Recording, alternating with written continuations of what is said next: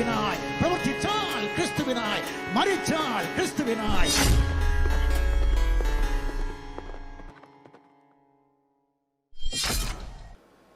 മരണത്തെ ജയിച്ചുയർത്തെഴുന്നേറ്റ് സ്വർഗത്തിൽ ഇന്നും ജീവിക്കുന്ന കർത്താവായ യേശുക്രിസ്തുവിന്റെ നിസ്തുലമായ നാമത്തിൽ ഞങ്ങളെ കേൾക്കുന്ന എല്ലാ പ്രിയപ്പെട്ടവർക്കും സ്നേഹ വന്ദനങ്ങൾ.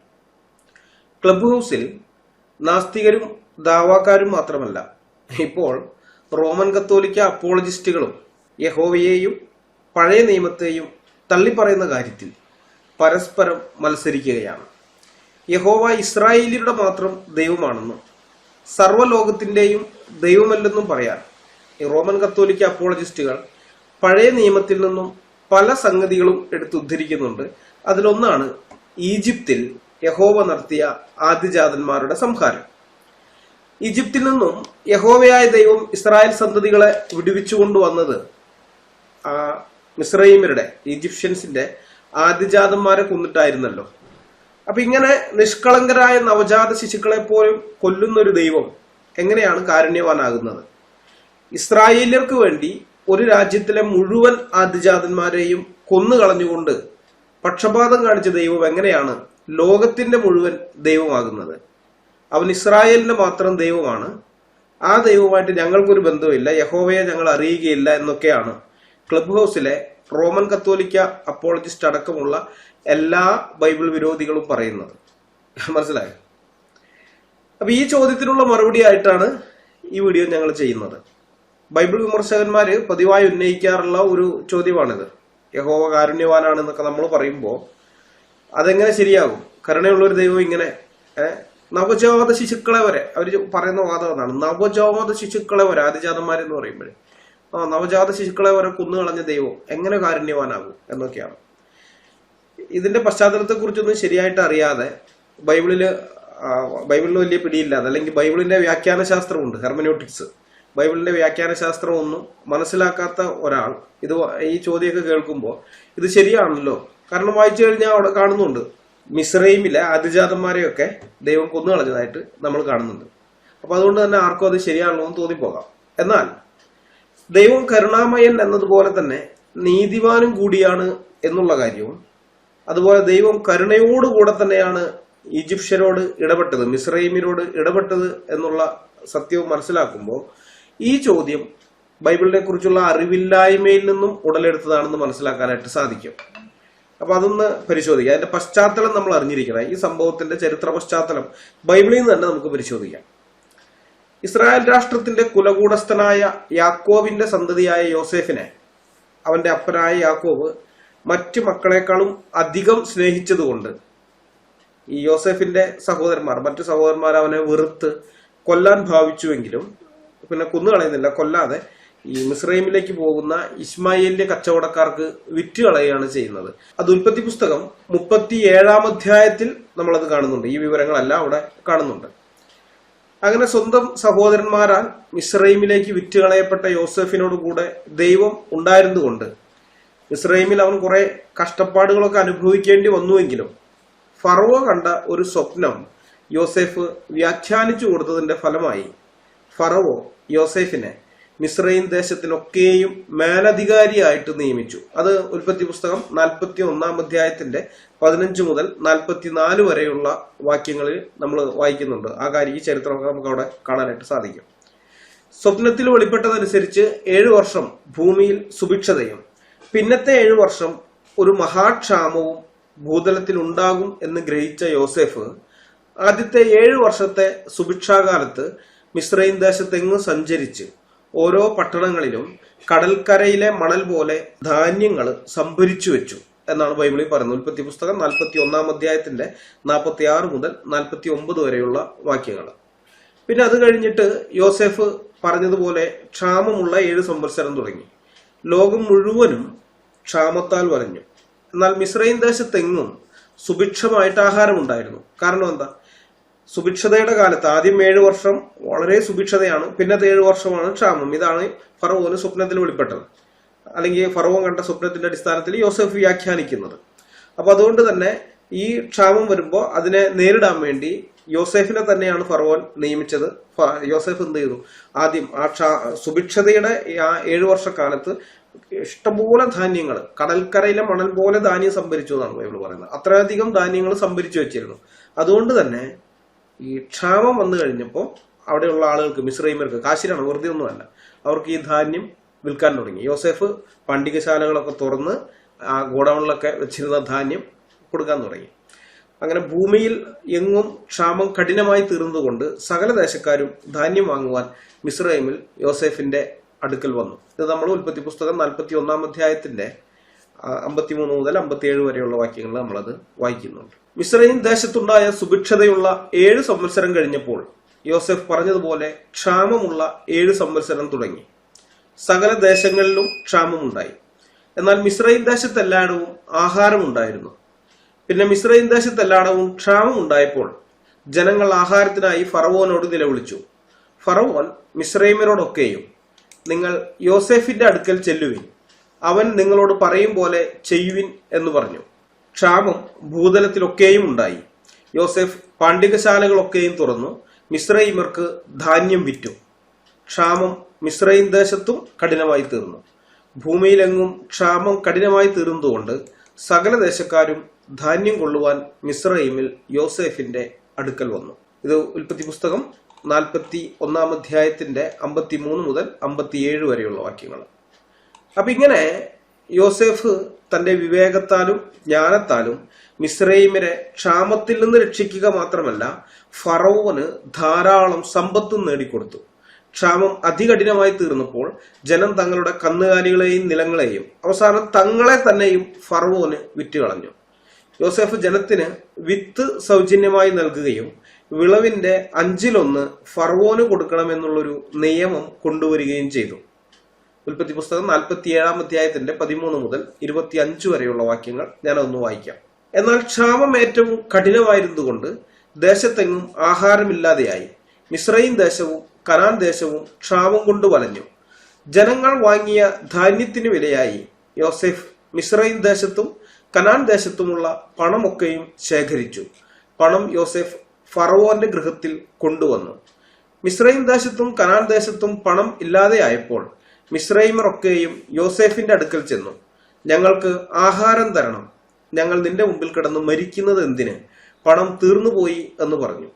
അതിന് യോസേഫ്, നിങ്ങളുടെ ആടുമാടുകളെ തരുവിൻ, പണം തീർന്നുപോയെങ്കിൽ നിങ്ങളുടെ ആടുമാടുകളെ വിലയായി വാങ്ങി ഞാൻ തരാം എന്ന് പറഞ്ഞു. അങ്ങനെ അവർ തങ്ങളുടെ കന്നുകാലികളെ യോസേഫിന്റെ അടുക്കൽ കൊണ്ടുവന്നു. കുതിര, ആട്, കന്നുകാലി, കഴുത എന്നിവയെ യോസേഫ് വിലയായി വാങ്ങി അവർക്ക് ആഹാരം കൊടുത്തു. ആ ആണ്ടിൽ അവരുടെ കന്നുകാലികളെ എല്ലാം വാങ്ങി ആഹാരം കൊടുത്ത് അവരെ രക്ഷിച്ചു. ആ ആണ്ട് കഴിഞ്ഞ് പിറ്റേ ആണ്ടിൽ അവർ അവന്റെ അടുക്കൽ ചെന്ന് അവനോട് പറഞ്ഞത്, ഞങ്ങളുടെ പണം ചെലവായി, മൃഗക്കൂട്ടങ്ങളും യജമാനന് ചേർന്നു, ഞങ്ങളുടെ ശരീരങ്ങളും നിലങ്ങളുമല്ലാതെ യജമാനന്റെ മുമ്പാകെ ഒന്നും ശേഷിപ്പില്ല എന്നുള്ളത് യജമാനനെ ഞങ്ങൾ മറക്കുന്നില്ല. ഞങ്ങളും ഞങ്ങളുടെ നിലവും നിന്റെ കണ്ണിനു മുന്നിൽ എന്തിന് നശിക്കുന്നു? നീ ഞങ്ങളെയും നിലത്തെയും ആഹാരത്തിന് വിലയായി വാങ്ങണം. ഞങ്ങൾ നിലവുമായി ഫറവോന് അടിമകളാകട്ടെ.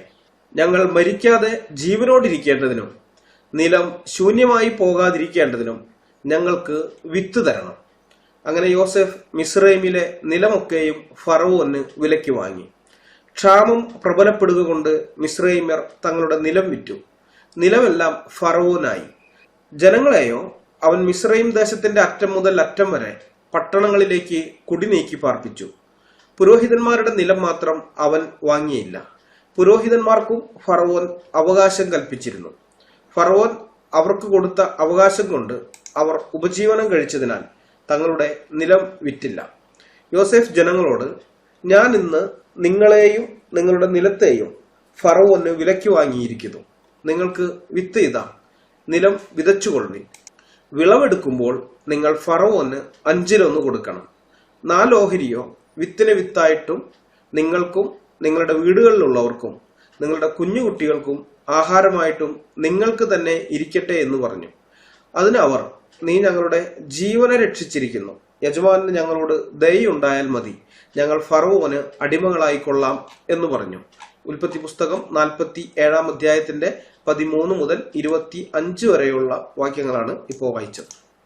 ഈ സംഭവത്തിന് ശേഷം ഏതാണ്ട് 400 വർഷത്തിന്റെ അപ്പുറം മോശ ഇതേപ്പറ്റി എഴുതുമ്പോൾ ഈ നിയമത്തെക്കുറിച്ച് പറയുന്നത് ഇങ്ങനെയാണ്: 1/5 ഫറവോന് ചെല്ലണം എന്നിങ്ങനെ യോസെഫ് മിസ്രൈമിലെ നിലങ്ങളെ സംബന്ധിച്ചു വെച്ച ചട്ടം ഇന്നുവരെയും നടപ്പാകുന്നു. ഉൽപ്പത്തി പുസ്തകം 47-ാം അധ്യായത്തിന്റെ 26-ാമത്തെ വാക്യം. ആ ഇന്നുവരെയും എന്ന് പറയുന്നത് മോശെ അത് എഴുതുന്ന കാലം വരെ, മോശെ എഴുതുന്ന സമയത്തും അതുണ്ട്. ഏതാണ്ട് 400 ചില്ലാൻ വർഷം മുമ്പ് യോസെഫ് കൊണ്ടുവന്ന നിയമമാണ്. അത് മോശയുടെ കാലത്തും ആ നിയമമുണ്ട്. അപ്പൊ മിസ്രൈമിലെ രാജാക്കന്മാർക്ക് നികുതിയും മറ്റുമായി ലഭിച്ചിരുന്ന വരുമാനമുണ്ട്. ആ വരുമാനത്തിന് പുറമേയുള്ള വരുമാനമായിരുന്നു ഇതെന്നുള്ളത് ഓർക്കണം. യോസെഫ് അന്നങ്ങനെ ബുദ്ധിപൂർവം ഒരു കാര്യം ചെയ്തു. ക്ഷാമത്തിന്റെ ആ സമയത്ത് ജനത്തിന് സൗജന്യമായി വിത്ത് കൊടുത്തിട്ട് പറഞ്ഞു, ഇത് സൗജന്യമായിട്ടാണ്, നിങ്ങൾ എന്ത് ചെയ്യണം, വിതച്ചോ. പക്ഷെ കിട്ടുന്ന ആ നിങ്ങളുടെ വിളവിൽ നിന്ന് 1/5 ഫറവോനുള്ളതാണ്. അപ്പൊ ഇങ്ങനെ ഈ മിസ്രൈമിലെ രാജാക്കന്മാർക്ക് അവരുടെ വരുമാനം വർദ്ധിപ്പിക്കുകയാണ്. മിസ്രൈം ഈ ഒരു സംഭവത്തിന് ശേഷമാണ് മിസ്രൈം ഒരു അന്നത്തെ കാലത്ത് ആഗോള ശക്തിയായിട്ട് ഉയരുന്നത്.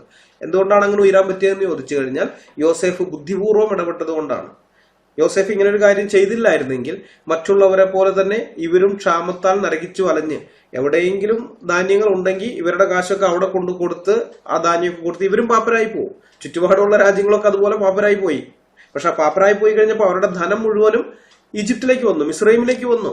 മിസ്രൈമിലേക്ക് വന്നതുകൊണ്ട് മിസ്രൈം സാമ്പത്തികമായിട്ട് ഉന്നതിയിലേക്ക് വന്നു. ഫറവോന് പ്രത്യേകമായ വരുമാനം ആ ജനങ്ങളിൽ നിന്ന് തന്നെ എക്സ്ട്രാ ലഭിക്കുന്നു.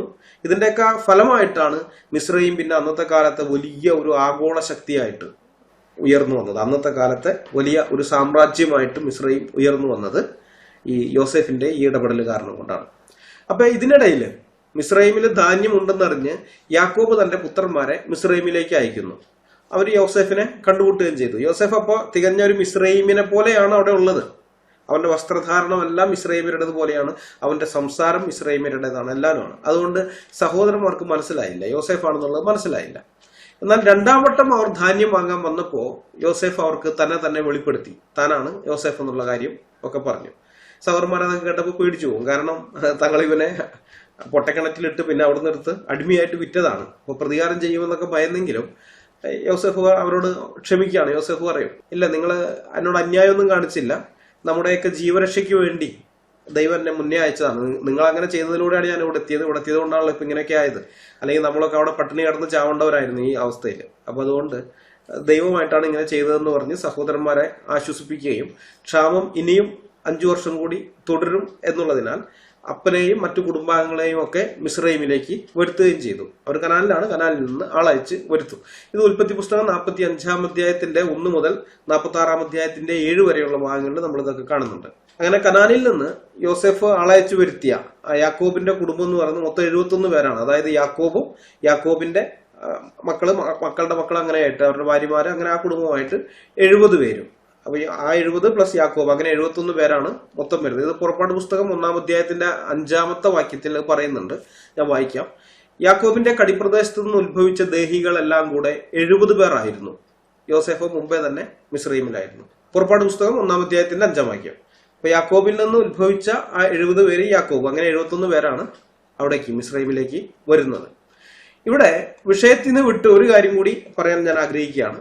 കാരണം ഇത് ബൈബിളിലെ വൈരുദ്ധ്യങ്ങളിൽ ഒന്നായിട്ട് ചിലർ ഈ വേദഭാഗം ഇപ്പൊ പറഞ്ഞ പുറപ്പാട് പുസ്തകം 1-ാം അധ്യായത്തിന്റെ 5-ാം വാക്യവും അതുപോലെ അപ്പോസ്തല പ്രവൃത്തി 7-14 എടുത്തുകൊണ്ട് വരാറുണ്ട്. അപ്പോസ്തല പ്രവൃത്തി 7-ാം അധ്യായം നമുക്കറിയാം സ്തെഫാനോസിന്റെ പ്രസംഗമാണ്. സ്തെഫാനോസ് പ്രസംഗിക്കുന്ന സമയത്ത് പറയുമ്പോൾ എണ്ണം എത്രയാണെന്നറിയോ? ഞാനത് വായിക്കാം. അപ്പോസ്തല പ്രവൃത്തി 7-14. യോസെഫ് ആളയച്ച് തന്റെ പിതാവായ യാക്കോബിനെയും കുടുംബത്തെയും ഒക്കെയും വരുത്തി. അവർ ആകെ 75 പേരായിരുന്നു. സ്തെഫാനോസ് പറയുന്നത് 75 പേര്. എന്നാൽ മോശെ എഴുതിയിരിക്കുന്നത് പുറപ്പാട് പുസ്തകം 1-5 മോശെ പറയുന്നത് 70 പേര്. 70 യാക്കോബ് പ്ലസ് മക്കളായിട്ട് 70, അപ്പൊ 71 പേര്. ഇത്രയും പേരാണെന്നാണ്. അപ്പൊ ഇതിൽ ഏതാണ് ശരി? യാക്കോബും പ്ലസ് 70, അങ്ങനെ മൊത്തം 71 പേരായിരുന്നു. അതും 75 പേരാണ്. സ്തെഫാനോസ് പറയുന്ന 75 പേരാണ്. ഇതിലേതാണ് ശരി? യഥാർത്ഥത്തിൽ എത്ര പേരാണ് ഈജിപ്തിലേക്ക് പോയത്? ഇതിന്റെ ഉത്തരം പറഞ്ഞതിന് ശേഷം, ഇത് ബൈബിളിൽ ഒരു വൈരുദ്ധ്യമായിട്ട് പലരും എടുത്തുകൊണ്ട് വരാനുള്ളതാണ്. അപ്പൊ അതൊന്ന് ശരിയാക്കിയ ശേഷം നമുക്ക് വിഷയത്തിലേക്ക് തിരിച്ചു പോകാം. പുറപ്പാട് 1-15 എന്താണ് പറയുന്നത്? യാക്കോബിന്റെ കടിപ്രദേശത്ത് നിന്ന് ഉത്ഭവിച്ച ദേഹികളെല്ലാം കൂടെ 70 പേരായിരുന്നു. യോസെഫ് മുമ്പേ തന്നെ മിസ്രൈമിലായിരുന്നു. ഇതാണ് പറയുന്നത്. അപ്പൊ യാക്കോബും 70 പേരും അടക്കം മൊത്തം 71 പേരെയാണ് യോസേഫ് ഈജിപ്തിലേക്ക് വരുത്തുന്നത്. അത് മോശ എഴുതിയിരിക്കുന്നത് സത്യമാണ്, 100% സത്യമാണ്, സംശയിക്കേണ്ടതായ യാതൊരു കാര്യവുമില്ല. എന്നാൽ അതോടൊപ്പം തന്നെ ഒരു കാര്യം കൂടി പറയുന്നുണ്ട്, യോസേഫോ മുമ്പേ തന്നെ മിസ്രൈമിലായിരുന്നു. അത് മോശ അവിടെ പറയുന്നുണ്ട്, അത് ശ്രദ്ധിക്കണം. ഈ വന്ന ആളുകള് 71 പേര്, യാക്കോബും 70, അങ്ങനെ 71 പേര് വന്നു. യോസേഫോ മുമ്പേ തന്നെ മിസ്രൈമിലായിരുന്നു. അപ്പൊ യോസേഫ് ഉണ്ട്, യോസേഫിന്റെ ഭാര്യ ആസനത്തുണ്ട്, മക്കളായ മനശ്ശയും എഫ്രൈമും അടക്കം 4 പേർ മിസ്രൈമിലുണ്ടായിരുന്നു. വന്നവർ 71 പേര്, യാക്കോബും 70 പേരും, അപ്പൊ 71 പ്ലസ് ഇവിടെ 4 പേരുണ്ട്. യോസേഫ് ആദ്യമേ വന്നിട്ടുണ്ട്, യോസേഫും പിന്നെ യോസേഫിന്റെ ഭാര്യ 2 മക്കൾ, അങ്ങനെ 4 പേര്. അപ്പൊ മൊത്തം എത്രയായി? 71 4 75 പേര്. അതാണ് സ്തെഫാനോസ് അപ്പോസ്തല പ്രവൃത്തിയിൽ അവർ ആകെ 75 പേരായിരുന്നു എന്ന് പറയുന്നത് മൊത്തമാണ്. ഇവിടെയുള്ള യോസേഫിനെയും വന്ന യാക്കോബിന്റെ കുടുംബാംഗങ്ങൾ എല്ലാവരെയും കൂടി ചേർത്ത് 75 പേരെന്ന് പറയുന്നത്. എന്നാൽ മോശെ പറയുന്നത് വന്ന ആൾക്കാരുടെ ഇതാണ്. വന്നവര്, അതായത് യോസേഫ് ആളയച്ചു വരുത്തിയ ആളുകൾ, മനസ്സിലായി? യോസേഫ് ആളയച്ചു വരുത്തിയ എത്ര പേരെയാണ്? യാക്കോബും യാക്കോബിന്റെ കുടുംബവും. ആ കുടുംബം എന്ന് പറയുന്നത് 70 ആണ്. അപ്പൊ മൊത്തം 71 പേര്. അതാണ് മോശെ പറഞ്ഞത്. അപ്പൊ ഇതിനകത്ത് ഒരു വൈരുദ്ധ്യവുമില്ല, രണ്ടു കൂട്ടരും പറഞ്ഞിരിക്കുന്നത് സത്യം തന്നെയാണ്.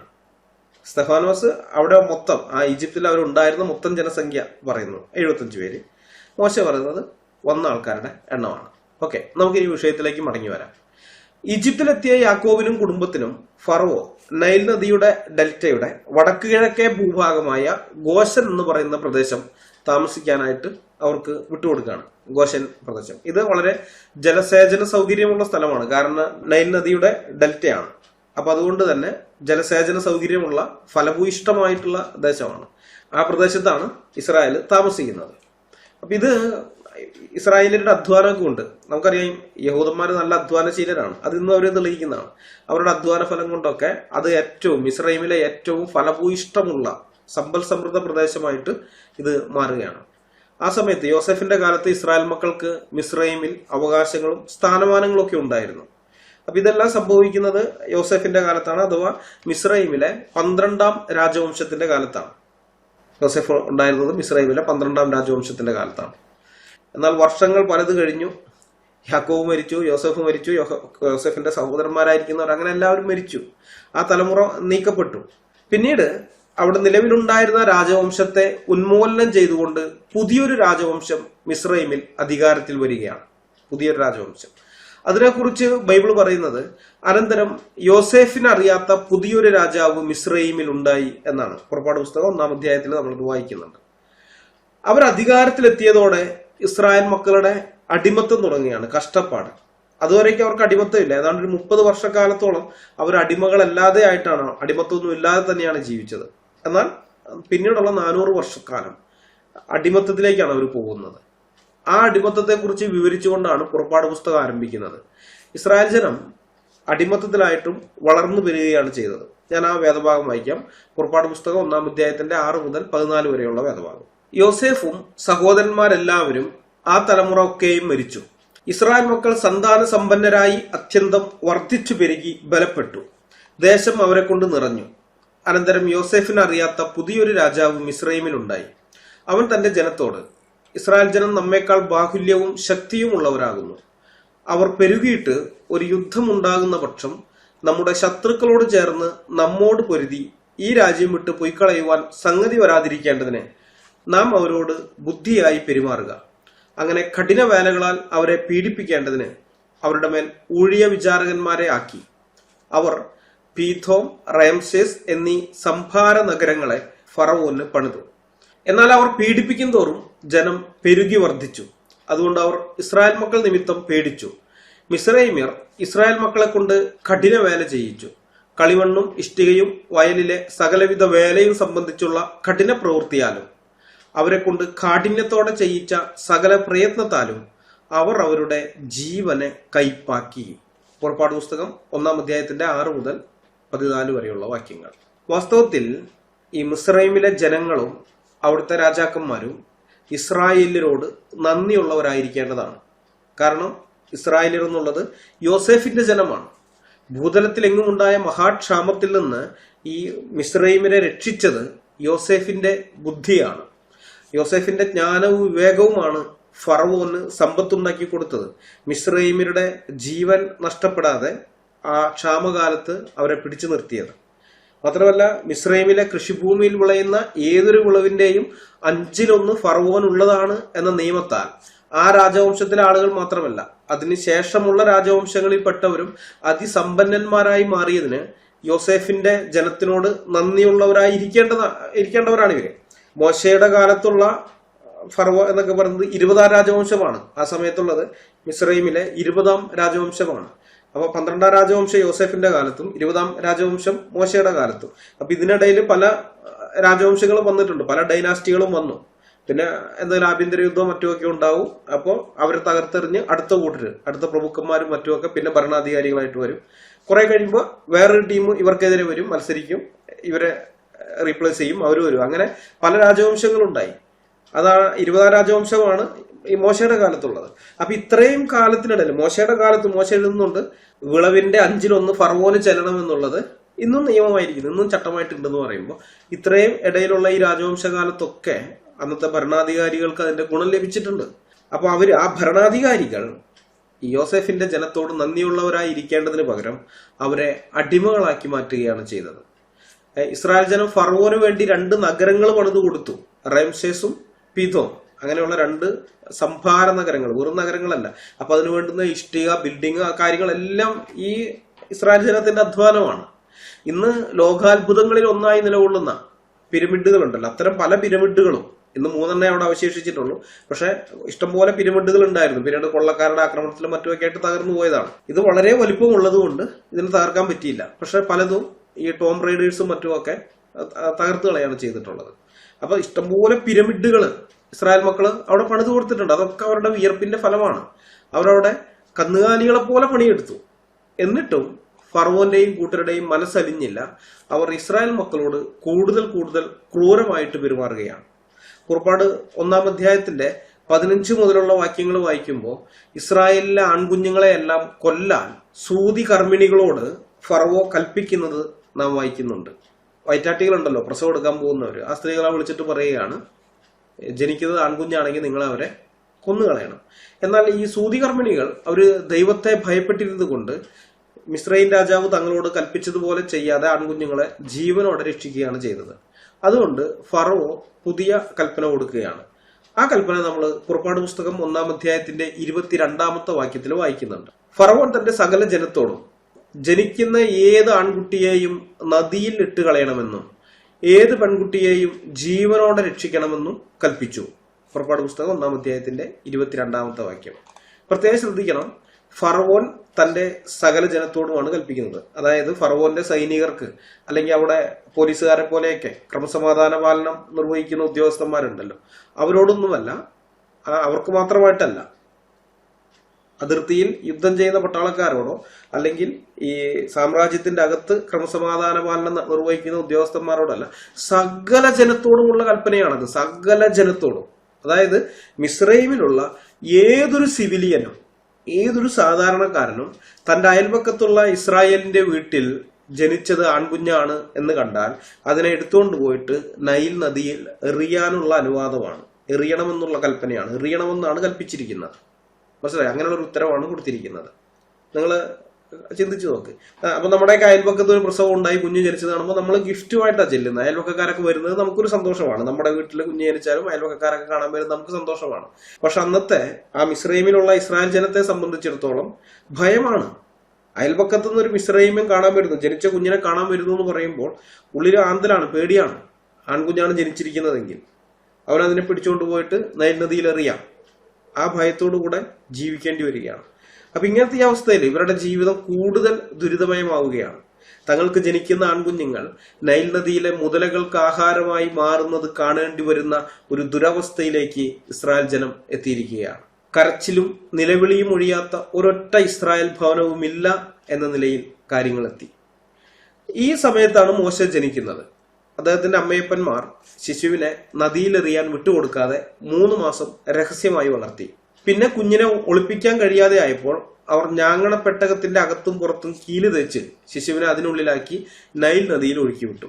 നൈൽ നദിയിൽ കുളിക്കാൻ വന്നിരുന്ന ഫറവോന്റെ മകള് ആ ശിശുവിനെ കണ്ട് അതിനെ തന്റെ കുഞ്ഞായി ദത്തെടുത്ത് വളർത്തുകയാണ്. അവള് പിന്നെ ഫറവോന്റെ പുത്രിയുടെ മകൻ എന്നുള്ള നിലയിലേക്ക് മോശയ്ക്ക്, ആ ഒരു സ്റ്റാറ്റസിലേക്ക് മോശയെ കൊണ്ടുവരുന്നു. മിസ്രൈമിലെ എല്ലാ വിദ്യയും അഭ്യസിച്ച മോശയ്ക്ക് ഏകദേശം 40 വയസ്സായപ്പോ ഒരു മിസ്രൈമ്യൻ തന്റെ സഹോദരന്മാരെ, അതായത് ഇസ്രായേൽ ജനത്തെ ഉപദ്രവിക്കുന്നത് കണ്ടപ്പോൾ, ഒരു ഇസ്രായേലിനെ ഉപദ്രവിക്കുന്നത് കണ്ടപ്പോൾ മോശയ്ക്ക് കോപം വന്ന് മോശ ആ മിസ്രൈമിനെ അടിച്ചു കൊന്നു, ഒറ്റയടിക്ക് കൊന്നു കളഞ്ഞു. എന്നിട്ട് ഈ ശവം രഹസ്യമായി മറവ് ചെയ്തു. പക്ഷെ കാര്യം പുറത്തു വന്നു, അത് പരസ്യമായി. ഇസ്രായേൽ ജനമൊക്കെ അറിഞ്ഞു മോശയാണ് ഈ കൊന്നിരിക്കുന്നത് എന്നുള്ള കാര്യം. അപ്പൊ ഇത് കാര്യം പരസ്യമായി അറിഞ്ഞപ്പോ മോശ അവിടെ നിന്ന് ഓടിപ്പോവുകയാണ്, മിദ്യാൻ ദേശത്തേക്ക് ഓടിപ്പോവുകയാണ്. കാരണം മോശ ഇസ്രായേലിനാണ്, അവനോട് എതിർപ്പുള്ള പല ആളുകളും കൊട്ടാരത്തിനകത്ത് തന്നെയുണ്ട്. എന്നാൽ ഫറവോന്റെ പുത്രിയുടെ മകൻ എന്നുള്ള നിലയിലും അവൾ ദത്തെടുത്തിരിക്കുന്നതുകൊണ്ട് ഇവനൊന്നും ചെയ്യാൻ പറ്റുന്നില്ല. അപ്പോൾ മോശയോട് എതിർപ്പുള്ള ആൾക്കാരൊക്കെ ഉണ്ടല്ലോ. മോശയെ ഒരു മിസ്രൈമിനെ അടിച്ചു കൊന്നു എന്നുള്ള കാര്യം അവിടെ കൊട്ടാരത്തിലെത്തി കഴിഞ്ഞാൽ പിന്നെ ഉറപ്പായിട്ടും മോശയ്ക്കെതിരെ ഉപജാപവും മറ്റുമൊക്കെ ഉണ്ടാവും, ഫറവോന്റെ അടുത്ത് എന്ന് പറയും, ശിക്ഷയൊക്കെ കിട്ടും.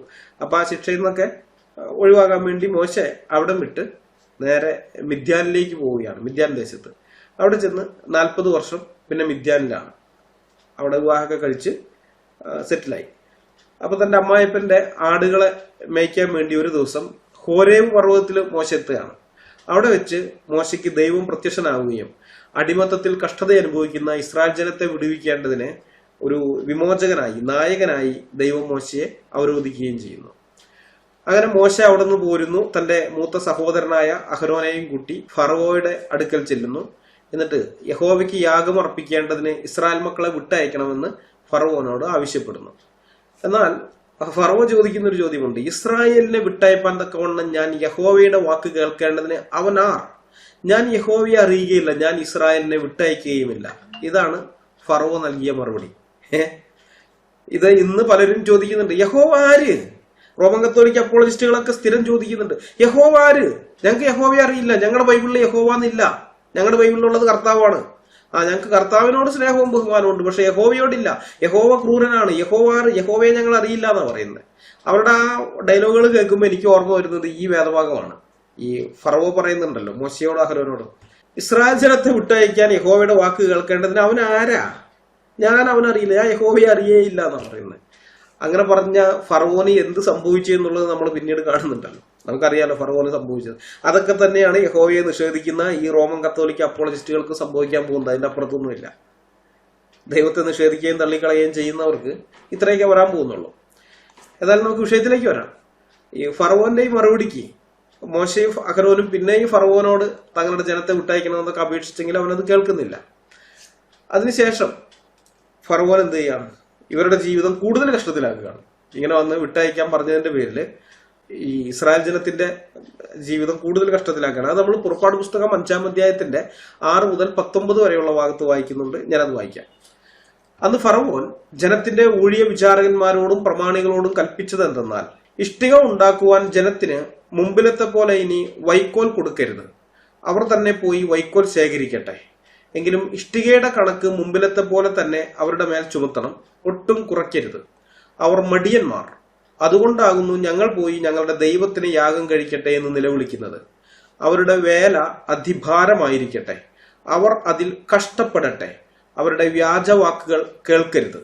അങ്ങനെ ജനത്തിന്റെ ഊഴിയ വിചാരകന്മാരും പ്രമാണികളും ചെന്ന് ജനത്തോട്, നിങ്ങൾക്ക് വൈക്കോൽ തരികയില്ല, നിങ്ങൾ തന്നെ പോയി കിട്ടുന്നിടത്ത് നിന്ന് വൈക്കോൽ ശേഖരിപ്പിൻ, എങ്കിലും നിങ്ങളുടെ വേലയിൽ ഒട്ടും കുറയ്ക്കയില്ല എന്ന് ഫറവോൻ കൽപ്പിക്കുന്നു എന്ന് പറഞ്ഞു.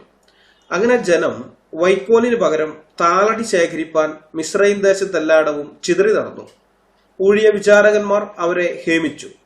വൈക്കോൽ കിട്ടി വന്നപ്പോൾ ഉള്ളതിന് ശരിയായി നിങ്ങളുടെ നിത്യവേല ദിവസവും തികയ്ക്കണം എന്ന് പറഞ്ഞു. ഫറവോന്റെ ഊഴിയ വിചാരകന്മാർ ഇസ്രായേൽ മക്കളുടെ മേൽ ആക്കിയിരുന്ന പ്രമാണികളെ അടിച്ചു. നിങ്ങൾ ഇന്നലെയും ഇന്നും മുമ്പിലത്തെ പോലെ ഇഷ്ടിക തികയ്ക്കാഞ്ഞത് എന്ത് എന്ന് ചോദിച്ചു. അതുകൊണ്ട് ഇസ്രായേൽ മക്കളുടെ പ്രമാണികൾ ചെന്ന് ഫറവോനോട് നിലവിളിച്ചു, അടിയങ്ങളോട് ഇങ്ങനെ ചെയ്യുന്നത് എന്ത്? അടിയങ്ങൾക്ക് വൈക്കോൽ തരാതെ ഇഷ്ടിക ഉണ്ടാക്കുവിൻ എന്ന് അവർ പറയുന്നു. അടിയങ്ങളെ തല്ലുന്നു, അത് നിന്റെ ജനത്തിന് പാപമാകുന്നു എന്ന് പറഞ്ഞു. അതിന് അവൻ, മടിയന്മാരാകുന്നു നിങ്ങൾ, മടിയന്മാർ. അതുകൊണ്ട് ഞങ്ങൾ പോയി യഹോവയ്ക്ക് യാഗം കഴിക്കട്ടെ എന്ന് നിങ്ങൾ പറയുന്നു.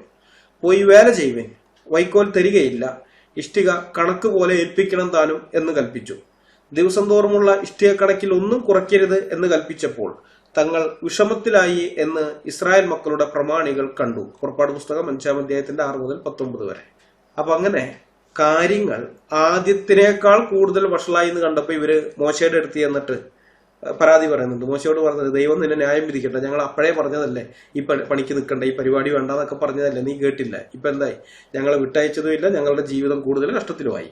അപ്പൊ ഇത് കേട്ട് കഴിഞ്ഞപ്പോ മോശ ചെന്ന് യഹോവയുടെ അടുക്കൽ ചെന്ന് മോശ പരാതി പറയുന്നു. ജനം വന്ന് മോശയോട് പരാതി പറയുന്നു, മോശ ചെന്ന് യഹോവയോട് പരാതി പറയാണ്, കർത്താവേ, നീ ഈ ജനത്തിന് ദോഷം വരുത്തിയത് എന്ത്? നീ എന്നെ അയച്ചത് എന്തിന്? ഞാൻ നിന്റെ നാമത്തിൽ സംസാരിപ്പാൻ ഫറവോന്റെ അടുക്കൽ ചെന്നത് മുതൽ അവൻ ഈ ജനത്തോട് ദോഷം ചെയ്തിരിക്കുന്നു, നിന്റെ ജനത്തെ നീ വിടുവിച്ചതുമില്ല എന്ന് പരാതി പറഞ്ഞു. ഇത് പുറപ്പാട് പുസ്തകം 5-ാം അധ്യായത്തിന്റെ 22-23 വാക്യങ്ങളിൽ നമ്മൾ വായിക്കുന്നുണ്ട്. അപ്പോ മോശയുടെ ഈ പരാതി കേട്ടപ്പോ യഹോവ മോശയോട് പറയുന്നത്, ഞാൻ ഫറവോനോട് ചെയ്യുന്നത് നീ ഇപ്പോൾ കാണും. ശക്തിയുള്ള കൈ കണ്ടിട്ട് അവൻ അവരെ വിട്ടയക്കും, ശക്തിയുള്ള കൈ കണ്ടിട്ട് അവരെ തന്റെ ദേശത്ത് നിന്ന് ഓടിച്ചു കളയും എന്ന് അരുളി ചെയ്തു. ഇത് പുറപ്പാട് പുസ്തകം 6-ാം അധ്യായത്തിന്റെ 1-2 വാക്യങ്ങളിൽ നമ്മൾ കാണുന്നുണ്ട്. അപ്പൊ ഇത് കഴിഞ്ഞ് യഹോവയുടെ കൽപ്പന പ്രകാരം മോശെ ഫറവോന്റെ മുമ്പിൽ ചെന്ന് ഇസ്രായേൽ ജനത്തെ വിട്ടയക്കണമെന്ന് പറഞ്ഞ് 9 ബാധകൾ വരുത്തി. അപ്പൊ ഇതില് ഓരോ ബാധകൾ ഉണ്ടായി. ഇതിനൊന്നും ആവശ്യമില്ല, ആദ്യമേ തന്നെ വിട്ടയച്ചാൽ മതിയായിരുന്നു. വാസ്തവത്തിൽ അതിന്റെ ആവശ്യമില്ല. ഇവരോട് നന്ദി കാണിക്കേണ്ടവരാണ്.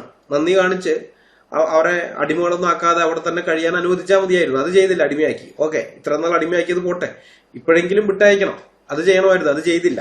അപ്പൊ അത് ചെയ്യാത്തതുകൊണ്ടാണ് ബാധകൾ വരുത്തുന്നത്. 1-ാമത്തെ ബാധ വന്നപ്പോൾ തന്നെ വിട്ടയച്ചാൽ മതിയായിരുന്നു, വിട്ടയച്ചില്ല. 2-ാമത്തെ ബാധയ്ക്ക് വിട്ടയച്ചാൽ മതിയായിരുന്നു, വിട്ടയച്ചില്ല. ഓരോ ബാധകളിലും വിട്ടയക്കിയില്ല. അങ്ങനെ 9 ബാധകൾ വരും. അപ്പൊ ഇതിൽ ചില ബാധകൾ ഉണ്ടായപ്പോ മോശയെ അഹ്റോനെയും വിളിച്ചു വരുത്തിയ ഫറവോ ആവശ്യപ്പെടുന്നത്, ഇതൊന്ന് മാറ്റി തന്നാൽ നിങ്ങളെ വിട്ടയക്കാവുന്നതാണ്. ഞാനത് വായിക്കാം. പുറപ്പാട് പുസ്തകം 9-ാം അധ്യായത്തിന്റെ 27-28 വാക്യം. ഈ പ്രാവശ്യം ഞാൻ പാപം ചെയ്തു, യഹോവ നീതിയുള്ളവൻ, ഞാനും എന്റെ ജനവും ദുഷ്ടന്മാർ. യഹോവയോട് പ്രാർത്ഥിപ്പിൻ, ഈ ഭയങ്കരമായ ഇടിയും കൽമഴയും മതി, ഞാൻ നിങ്ങളെ വിട്ടയക്കാം, ഇനി താമസിപ്പിക്കുകയില്ല. ഇതാണ് പറയുന്നത്. ഫറവോൻ പറയുന്നത്, ഞാൻ വിട്ടയക്കാം, ഇനി താമസിപ്പിക്കുന്നില്ല എന്നാണ്. പക്ഷെ ബാധ മാറിക്കഴിയുമ്പോൾ ഫറവോന്റെ നിലപാട് മാറും. ഫറവോൻ പറയുന്നത് ഇങ്ങനെയാണ്. പുറപ്പാട് പുസ്തകം 9-ാം അധ്യായത്തിന്റെ 34-35 വാക്യം. മഴയും കൽമഴയും ഇടിമുഴക്കവും നിന്നുപോയി എന്ന് ഫറവോൻ കണ്ടപ്പോൾ അവൻ പിന്നെയും പാപം ചെയ്തു, അവനും ഭൃത്യന്മാരും ഹൃദയം കഠിനമാക്കി. യഹോവ മോശെ മുഖാന്തരം അരുളി ചെയ്തിരുന്ന പോലെ ഫറവോന്റെ ഹൃദയം കഠിനപ്പെട്ടു, അവൻ ഇസ്രായേൽ മക്കളെ വിട്ടയച്ചതുമില്ല. അപ്പൊ ഇത് ഫറവോൻ തന്നെ ചെയ്യാണ്. ഓരോ പ്രാവശ്യവും ഇങ്ങനെയൊക്കെ പറയും, വിളിച്ചു വരുത്തിട്ട് പറയും, നിങ്ങളൊന്ന് പ്രാർത്ഥിക്കും, ഇതൊന്ന് മാറിപ്പോട്ടെ, മാറിപ്പോയി കഴിഞ്ഞാൽ ഞാൻ നിങ്ങളെ വിട്ടയക്കാം. പക്ഷെ വിട്ടയക്കുന്നില്ല. അവൻ പലവട്ടവും വാഗ്ദാന ലംഘനം നടത്തുകയാണ്. തന്റെ വാക്കിന് ഒരു വിലയും കൽപ്പിക്കാതെ അവൻ ഇങ്ങനെ വാക്ക് പറയും, അത് അവൻ തന്നെ ലംഘിക്കുകയാണ്. ഈ ഒരു അവസ്ഥയിലാണ് യഹോവയായ ദൈവം ഇസ്രായേൽ മക്കളെ മിസ്രയീം എന്ന ഇരുമ്പുലയിൽ നിന്നും വിടുവിപ്പാൻ വേണ്ടി 10-ാമത്തെ ബാധ, അതായത് ആദ്യജാതന്മാരുടെ സംഹാരം, അതവിടെ നടത്തുന്നത്. 1 വയസ്സ് പ്രായമുള്ള ഒരു ആട്ടിൻകുട്ടിയെ കൊന്ന് അതിന്റെ രക്തം കുറെ എടുത്ത് വീടുകളുടെ വാതിലിന്റെ കട്ടിളക്കാൽ 2 കട്ടിളക്കാല്, സൈഡിലുള്ള കട്ടിളക്കാലും പിന്നെ കുറുമ്പടി, അത് മുകളിലെ ഭാഗമാണ്. വീടിന് ഇതുണ്ടല്ലോ വാതിലിന്, ആ മുകളിലും, അങ്ങനെ 3 സ്ഥലത്ത് പുരട്ടാനാണ് പറയുന്നത്. വീടുകളുടെ വാതിലിന്റെ കട്ടിളക്കാൽ 2 മേലും കുറുമ്പടി മേലും പുരട്ടണം എന്ന് യഹോവ മോശയോട് പറയുകയാണ്. താഴെ ഈ ചവിട്ടി നടക്കുന്ന താഴെ പുരട്ടാൻ പറയുന്നില്ല. കാരണം എന്ന് വെച്ചാൽ അത് പെസഹ കുഞ്ഞാടിന്റെ രക്തമാണ്. പെസഹ കുഞ്ഞാട് എന്ന് പറയുന്നത് യേശുക്രിസ്തുവിന്റെ നിഴലാണ്, യേശുക്രിസ്തുവിന്റെ നിഴലായിട്ടുള്ളതാണ്. അപ്പൊ യേശുക്രിസ്തുവിന്റെ രക്തം നിലത്തിട്ട് ചവിട്ടാനുള്ളതല്ല. അതുപോലെ തന്നെ യേശുക്രിസ്തുവിന് നിഴലായി നിൽക്കുന്ന പെസഹ കുഞ്ഞാടിന്റെ രക്തവും അത് മനുഷ്യന് ചവിട്ടാനുള്ളതല്ല. അതുകൊണ്ടാണ് താഴത്തെ പടിമ തേക്കാതെ കട്ടിളക്കാൽ 2 മേലും കുറുമ്പടിമേലും തേക്കാനായിട്ട് പറയുന്നത്. ആ കൽപ്പന കൊടുക്കുന്ന ഭാഗമൊക്കെ പുറപ്പാട് പുസ്തകം 12-ാം അധ്യായത്തിന്റെ 12-13 വാക്യങ്ങൾ ഞാൻ വായിക്കാം.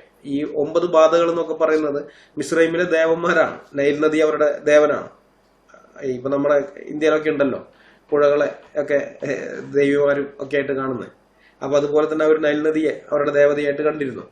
അതുപോലെ നൈൽ നദിയിലുള്ള ജീവികളും അങ്ങനെ തന്നെയാണ്. തവള അവരുടെ ഇതാണ്, നായീച്ച, പേൻ, ഇതൊക്കെ അവരുടെ ദേവന്മാരാണ്. ഇതിനൊക്കെ ആരാധിച്ചുകൊണ്ടിരുന്നവരാണ്. അപ്പൊ അതുകൊണ്ട് അതിന്റെ മേലൊക്കെ ദൈവം ന്യായവിധി നടത്തി. അത് അവിടെ തന്നെ പറയുന്നുണ്ട്. പുറപ്പാട് പുസ്തകം 12-ാം അധ്യായത്തിന്റെ 12-13 വാക്യം. ഈ രാത്രിയിൽ ഞാൻ മിസ്രയീം ദേശത്തൂടി കടന്ന് മിസ്രയീം ദേശത്തുള്ള മനുഷ്യന്റെയും മൃഗത്തിന്റെയും കടിഞ്ഞൂലിനെയൊക്കെയും സംഹരിക്കും. മിസ്രയീമിലെ സകല ദേവന്മാരിലും ഞാൻ ന്യായവിധി നടത്തും. ഞാൻ യഹോവ ആകുന്നു. നിങ്ങൾ പാർക്കുന്ന വീടുകളിന്മേൽ രക്തം അടയാളമായിരിക്കും. ഞാൻ രക്തം കാണുമ്പോൾ നിങ്ങളെ ഒഴിഞ്ഞ് കടന്നുപോകും. ഞാൻ മിസ്രയീം ദേശത്തെ ബാധിക്കുന്ന ബാധ നിങ്ങൾക്ക് നാശഹേതുവായി തീരുകയില്ല. പുറപ്പാട് പുസ്തകം 12:12-13 വാക്യങ്ങൾ. ഇതാണ് യഹോവ മോശയോട് പറയുന്നത്. അപ്പൊ യഹോവ കൽപ്പിച്ചതുപോലെ ഇസ്രായേൽ മക്കൾ ചെയ്തു. അവർ ആട്ടിൻകുട്ടിയെ എടുത്തു, അതിനെ പരിശോധിച്ചു, അതിന് യാതൊരു ഊനവുമില്ല, അകത്തും പുറത്തും ഒന്നും യാതൊരു ഊനവുമില്ല എന്ന് വ്യക്തമായി കഴിഞ്ഞതിന് ശേഷം ആ ആട്ടിൻകുട്ടിയെ അവര് അറുക്കുകയാണ്. അതിന്റെ കഴുത്ത് അറുക്കുന്നു, അതിന്റെ രക്തമെടുത്ത് കട്ടിൽക്കാൽ രണ്ടുപേരും കുറുമണി മേലൊക്കെ പുരട്ടുന്നു. പിന്നെ ആ ശരീരം തോലുരിച്ച് കഴിഞ്ഞ് ആ ശരീരം അവര് ചുട്ടെടുത്തിട്ട് ആ പെസഹ തിന്നുകയാണ്. പെസഹ കുഞ്ഞെണ്ണ അർപ്പിച്ച് പെസഹ അപ്പമൊക്കെ അവര് ഭക്ഷിക്കുന്നുണ്ട്. അങ്ങനെ അത് കഴിഞ്ഞ് രാത്രിയായി, അർദ്ധരാത്രി. അപ്പൊ രാത്രിയായി കഴിഞ്ഞപ്പോൾ യഹോവയുടെ ദൂതം വരുന്നു. അങ്ങനെ ആ യഹോവയുടെ ദൂതന്റെ ആ സംഹാരത്തിൽ, അല്ലെങ്കിൽ ആ സംഹാരദൂതം വന്ന് അവിടെ ആദിജാതന്മാരെയൊക്കെ സംഹരിച്ചപ്പോൾ, മിസ്രയീമ്യരുടെ ആദിജാതന്മാരൊക്കെയും കൊല്ലപ്പെട്ടപ്പോൾ, പെസഹ കുഞ്ഞാടിന്റെ രക്തം തെളിക്കപ്പെട്ടിരുന്ന വീടുകളിൽ പാർത്ത ഇസ്രായേല്യരുടെ ആദിജാതന്മാർ എല്ലാവരും രക്ഷപ്പെട്ടു. ആദിജാതന്മാരാരും മരിച്ചില്ല. കാരണം അവർക്ക് പകരമായിട്ട് പെസഹ കുഞ്ഞാട് ആ വീട്ടിൽ അന്ന് കൊല്ലപ്പെട്ടിട്ടുണ്ട്. അതുകൊണ്ട് പെസഹ കുഞ്ഞാട് അവർക്ക് പകരമായി കൊല്ലപ്പെട്ടതുകൊണ്ട് ഇസ്രായേലിലെ ആദിജാതന്മാരും കൊല്ലപ്പെട്ടില്ല. എന്നാൽ മറ്റോടത്ത് അങ്ങനെയല്ല. ഈ ഭാഗം നമ്മൾ പുറപ്പാട് പുസ്തകം 12-ാം അധ്യായത്തിന്റെ 29 മുതൽ 36 വരെയുള്ള വാക്യങ്ങൾ ഞാൻ വായിക്കാം. അർദ്ധരാത്രിയിലോ സിംഹാസനത്തിലിരുന്ന ഫറവോന്റെ ആദിജാതൻ മുതൽ കുണ്ടറയിൽ കിടന്ന തടവുകാരന്റെ ആദിജാതൻ വരെയും മിസ്രയീം ദേശത്തിലെ ആദിജാതന്മാരെയും മൃഗങ്ങളുടെ കടിഞ്ഞൂലുകളെയും എല്ലാം യഹോവ സംഹരിച്ചു. ഫറവോനും അവന്റെ സകല ഭൃത്യന്മാരും സകല മിസ്രയീമ്യരും രാത്രിയിൽ എഴുന്നേറ്റു. മിസ്രയീമിൽ വലിയൊരു നിലവിളി ഉണ്ടായി. ഒന്നും മരിക്കാതെ ഒരു വീടും ഉണ്ടായിരുന്നില്ല. അപ്പോൾ അവൻ മോശയെയും അഹരോനെയും രാത്രിയിൽ വിളിപ്പിച്ചു. നിങ്ങൾ ഇസ്രായേൽ മക്കളുമായി എഴുന്നേറ്റ് എന്റെ ജനത്തിന്റെ നടുവിൽ നിന്ന് പുറപ്പെട്ട് നിങ്ങൾ പറഞ്ഞതുപോലെ പോയി യഹോവയെ ആരാധിപ്പിൻ. നിങ്ങൾ പറഞ്ഞതുപോലെ നിങ്ങളുടെ ആടുകളെയും കന്നുകാലികളെയും കൂടെ കൊണ്ടുപോയിക്കൊള്ളുവിൻ. എന്നെയും അനുഗ്രഹിപ്പിൻ എന്ന് പറഞ്ഞു. മിസ്രയീമ്യർ ജനത്തെ നിർബന്ധിച്ച് വേഗത്തിൽ ദേശത്തു നിന്ന് അയച്ചു.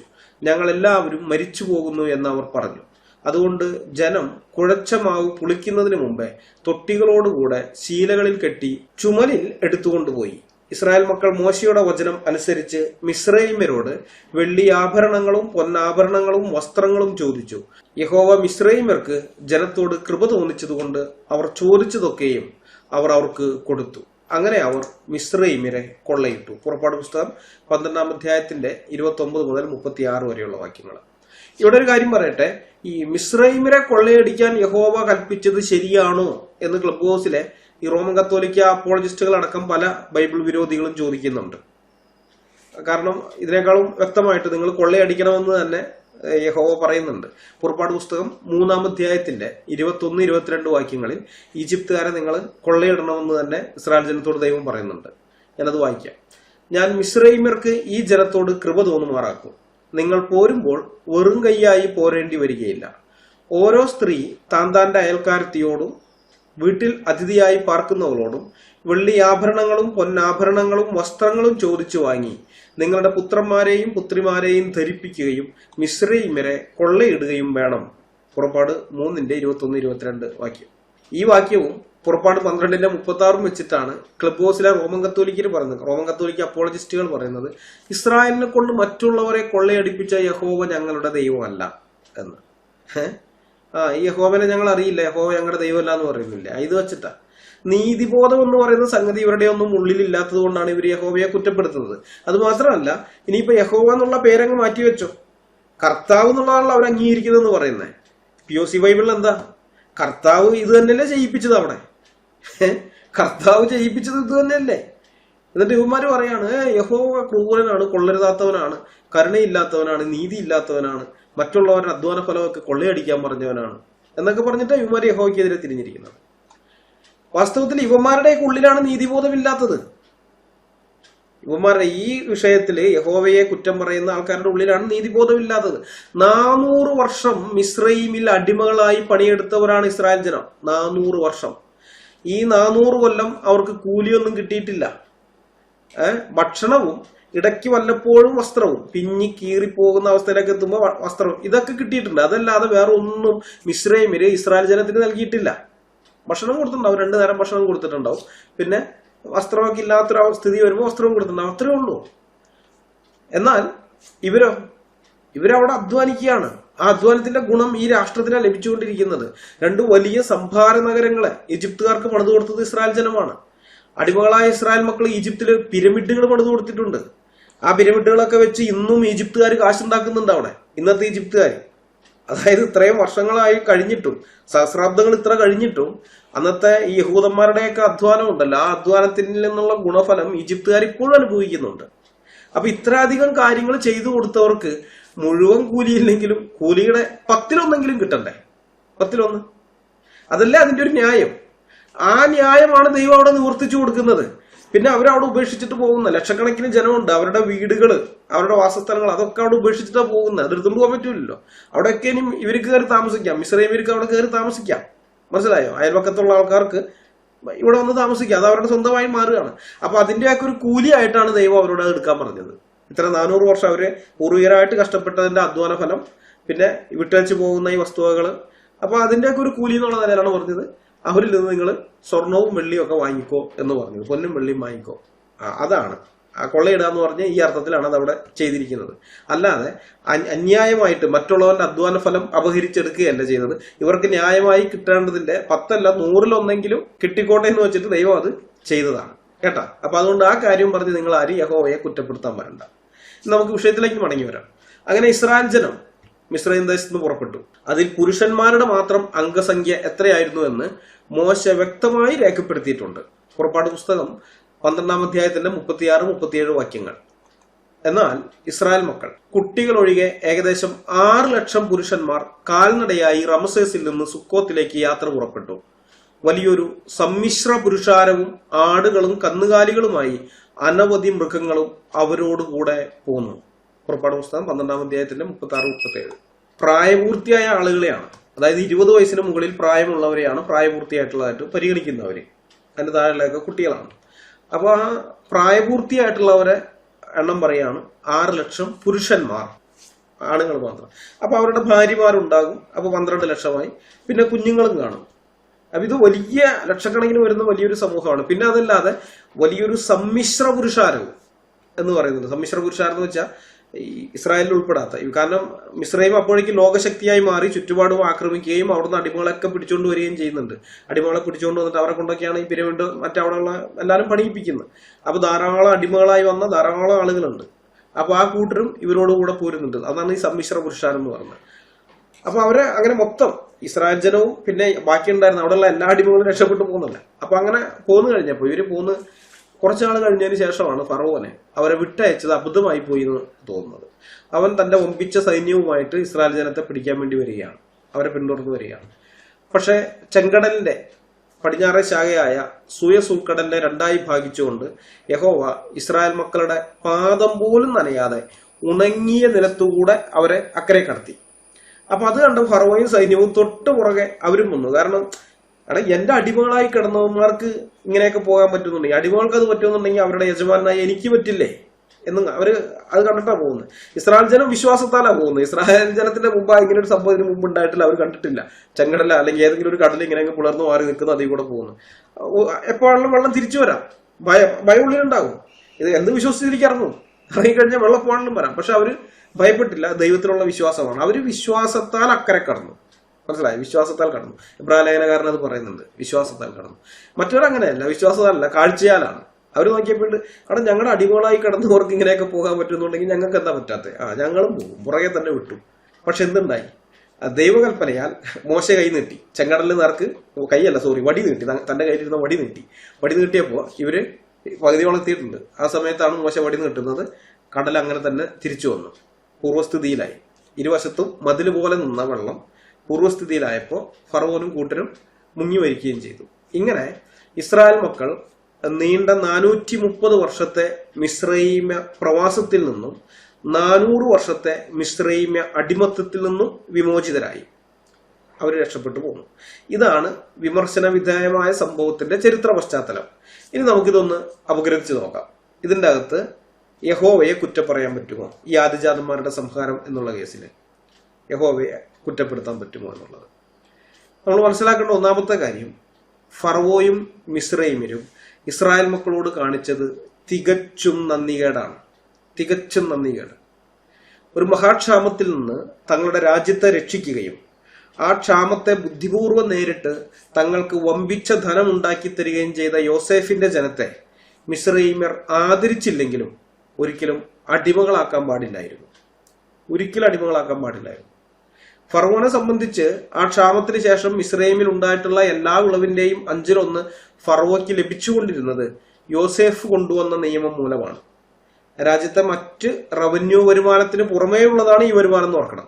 അതുകൊണ്ട് ഫറവോനും കുടുംബത്തിനും യോസേഫിന്റെ ജനത്തിനോട് കൂടുതൽ നന്ദി കാണിക്കേണ്ടുന്ന ഒരു കൂടുതൽ ബാധ്യത ഉണ്ടായിരുന്നു.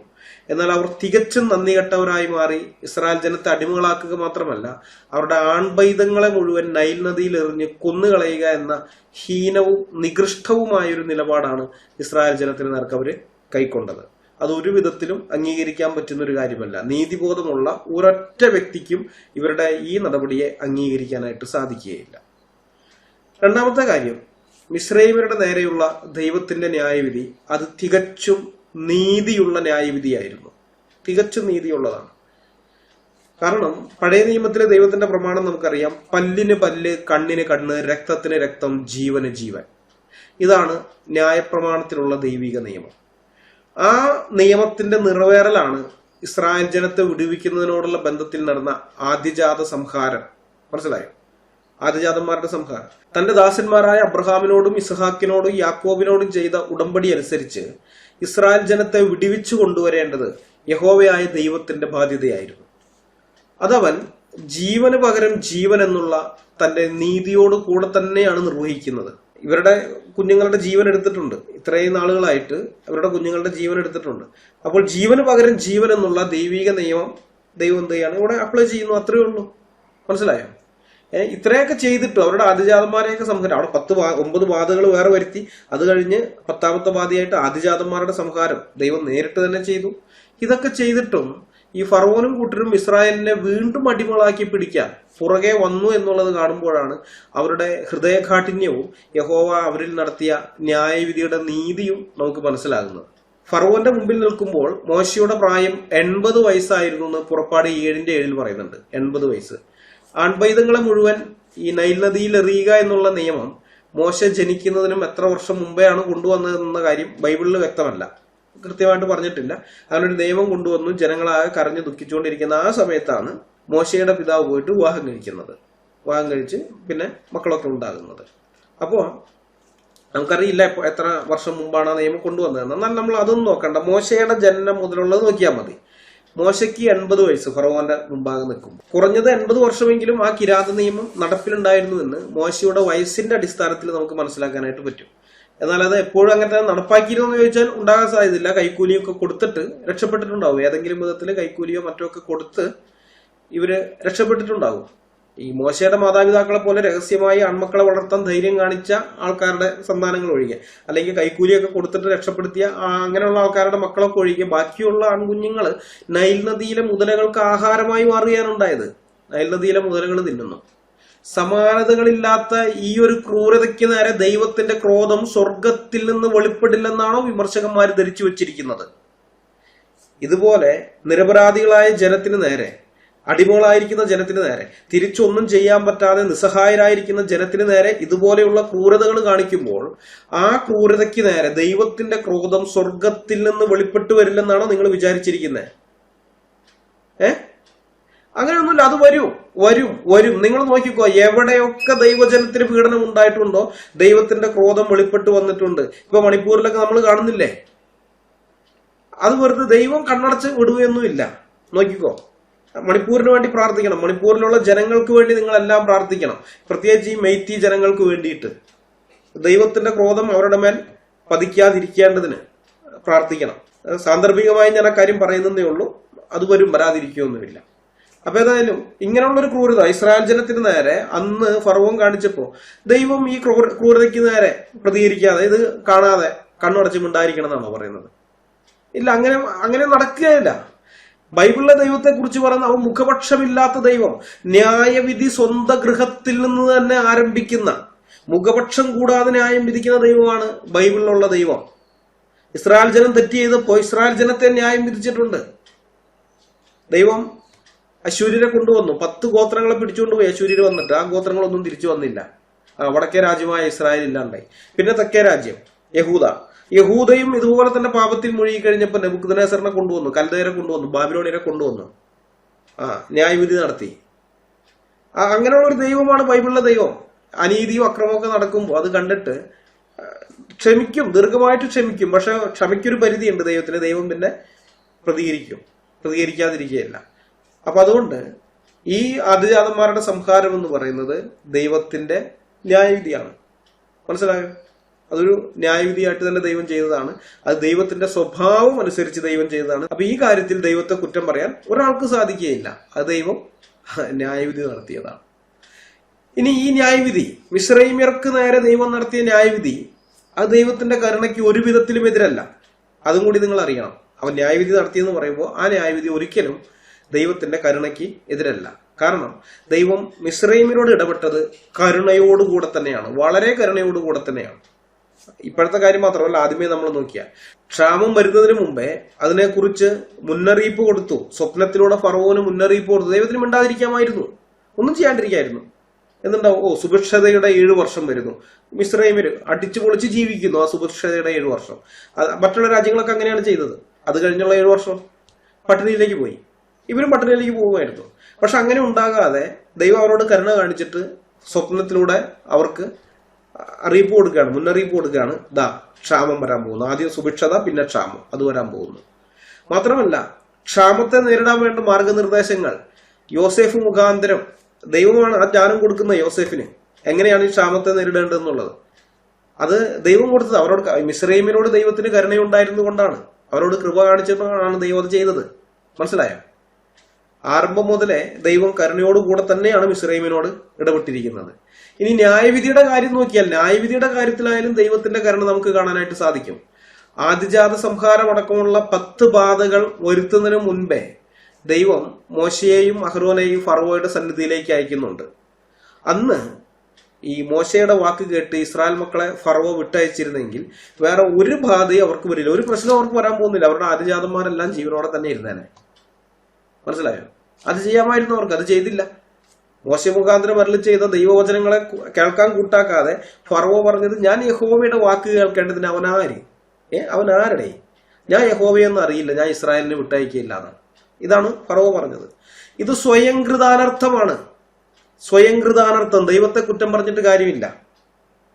പിന്നീടുണ്ടായ ഓരോ ബാധയുടെ സമയത്തും ഫറവോന് മനം തിരിയാൻ അവസരം ഉണ്ടായിരുന്നു. അവൻ ഇസ്രായേൽ മക്കളെ വിട്ടയച്ചാൽ അപ്പോൾ തീരുമായിരുന്നു ദൈവത്തിന്റെ ന്യായവിധി. പിന്നെ അടുത്ത ബാധയിലേക്ക് കടക്കുകയില്ല.